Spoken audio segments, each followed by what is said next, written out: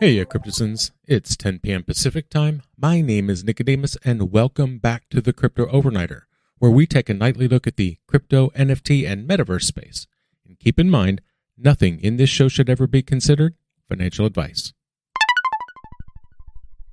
And we're back to a Monday, December 19th, 2022.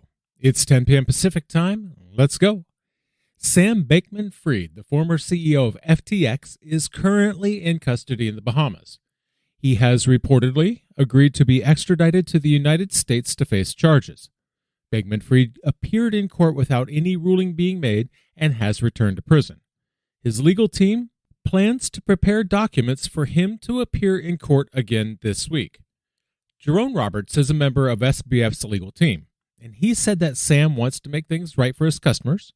Roberts said that that's why Sam has agreed to be extradited to the U.S.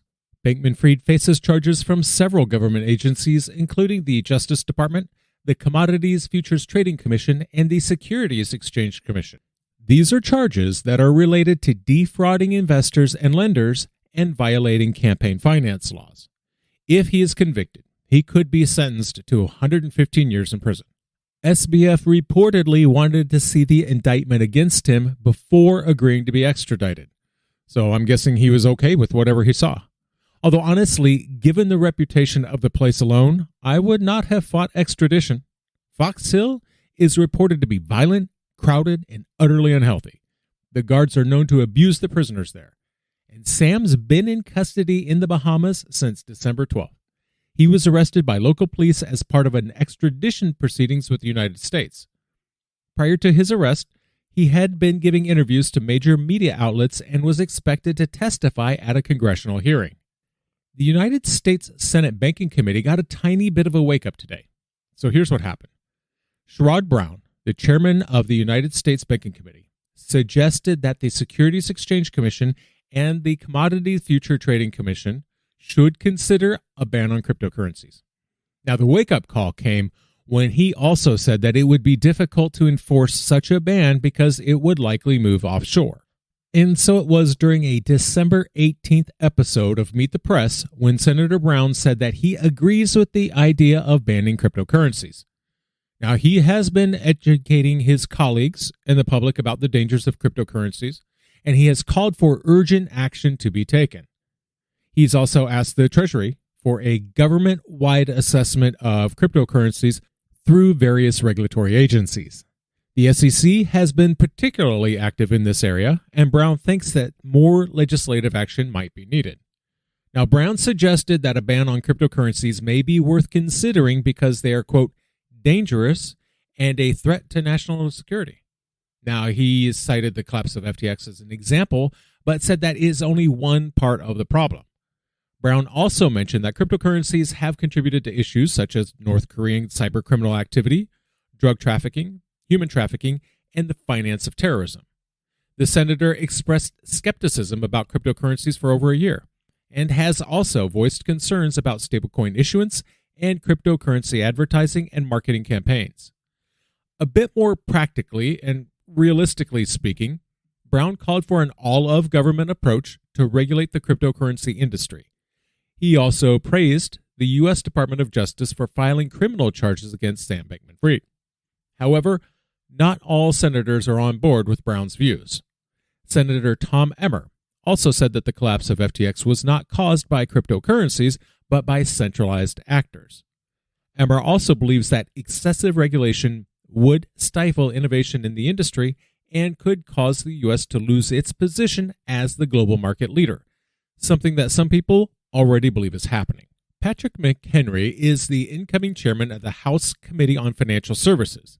He is also pro-cryptocurrency. This week, he called for a delay on changes to cryptocurrency taxes in order to get more clarity on the original poorly drafted tax provision. The Magistrate Court of Tel Aviv has granted the Israeli government permission to take control of the cryptocurrency in over 150 digital wallets. These are wallets that it believes are connected to terrorist groups.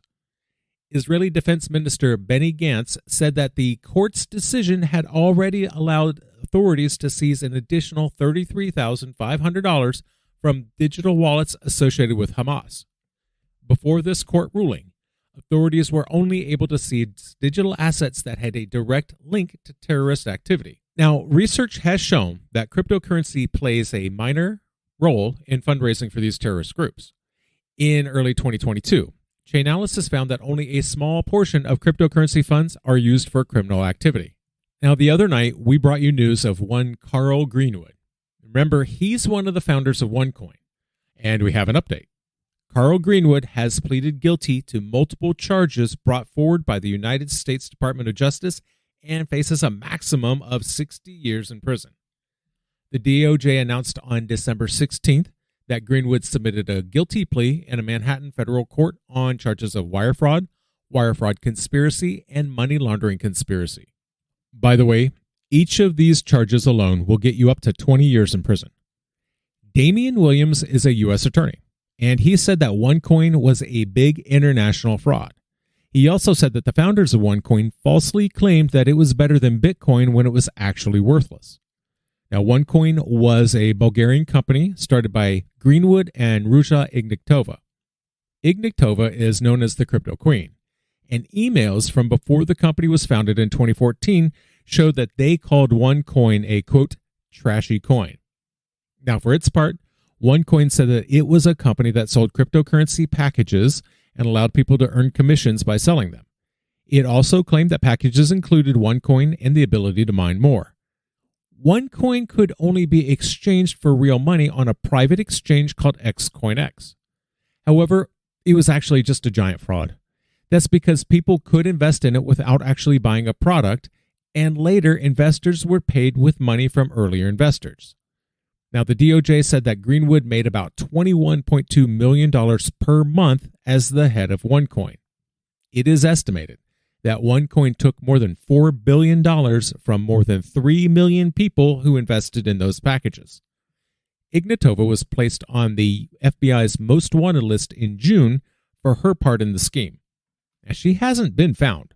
She was last seen in Athens, Greece in October of 2017. Williams also said that Greenwood's plea shows that the DOJ will prosecute people who commit fraud in the cryptocurrency industry, no matter how big or how skilled they are.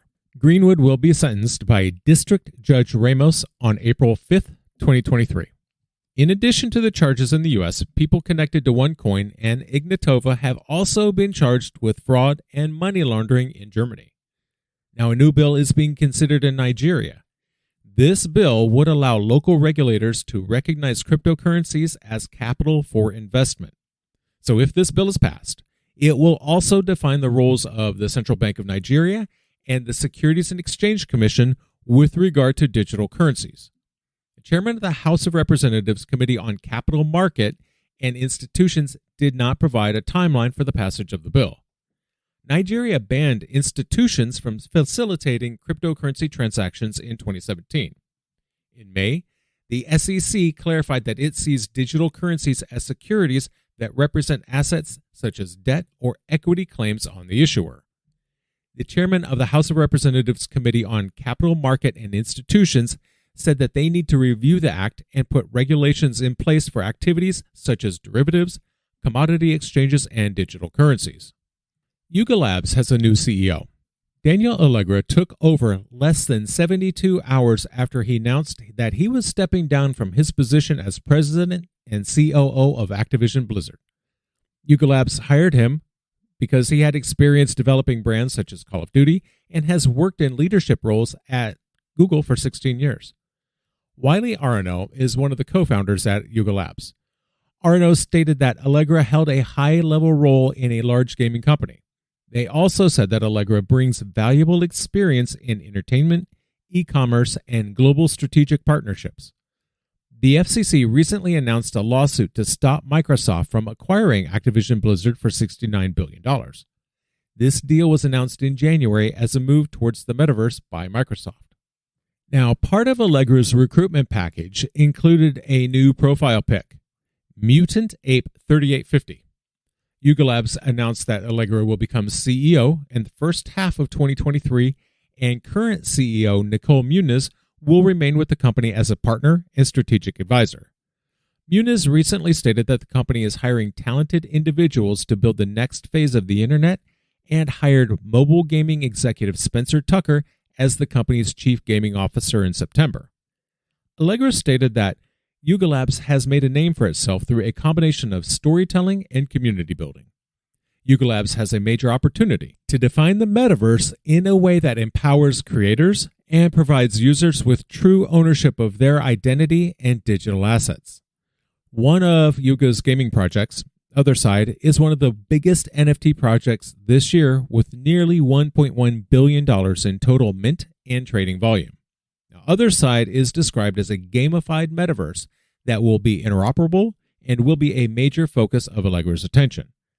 Wiley Arno and Greg Solano stated that they want to bring in someone with a proven track record of building at a high level in order to increase the success of Other Side and other ambitious projects. They said that Allegra is a seasoned, visionary executive who shares their passion for innovation and creativity.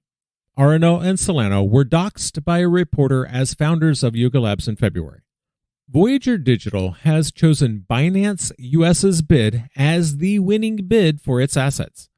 Binance US is based in California and is a separate company from Binance, but it has a licensing agreement with them.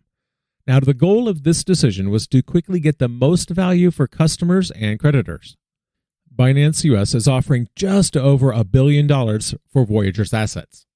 This includes the estimated value of the cryptocurrency portfolio, which is currently $1.002 billion, and an additional $20 million.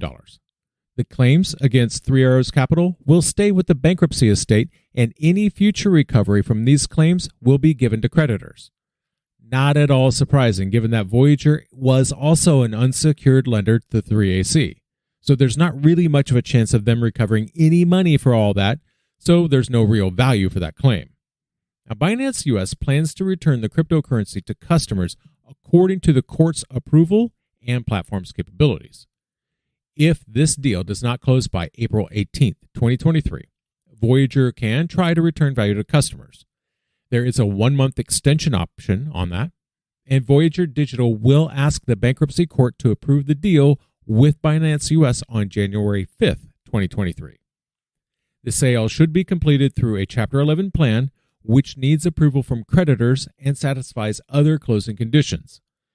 Binance US and Voyager will try to finalize the transaction quickly after the Chapter 11 plan is approved by the bankruptcy court. This comes after Voyager entered a voluntary restructuring process on July 5, 2022, to try to return as much value as possible to customers. The asset purchase agreement and other documents in the case can be found on the Voyager case website. And that's going to do it for us tonight. I want to thank you, my listeners, because when you stop listening, I will stop talking. We'll see you tomorrow night.